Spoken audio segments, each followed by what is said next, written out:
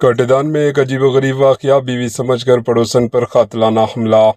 बीवी समझकर एक शख्स ने पड़ोसन पर कातिलाना हमला कर दिया। ये वाक़या रियासती दारुल हुकूमत शहर हैदराबाद के काटेदान इलाके में पेश आई। पुलिस ने बताया कि रियासत महाराष्ट्र के नांदेड़ से ताल्लुक़ रखने वाले सलीम 3 साल कबल अपनी बीवी के साथ शहर मुंतकिल हो गया।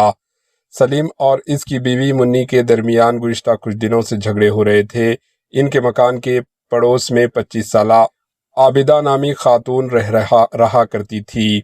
जुमे की रात सलीम नशे में धत अपनी बीवी को कत्ल करने के मकसद से खंजर लेकर बस्ती में आया और वो अपने घर समझकर पड़ोसन के मकान में दाखिल हो गया और अपनी बीवी मुन्नी समझकर इसने आबिदा पर खंजर से हमला कर दिया।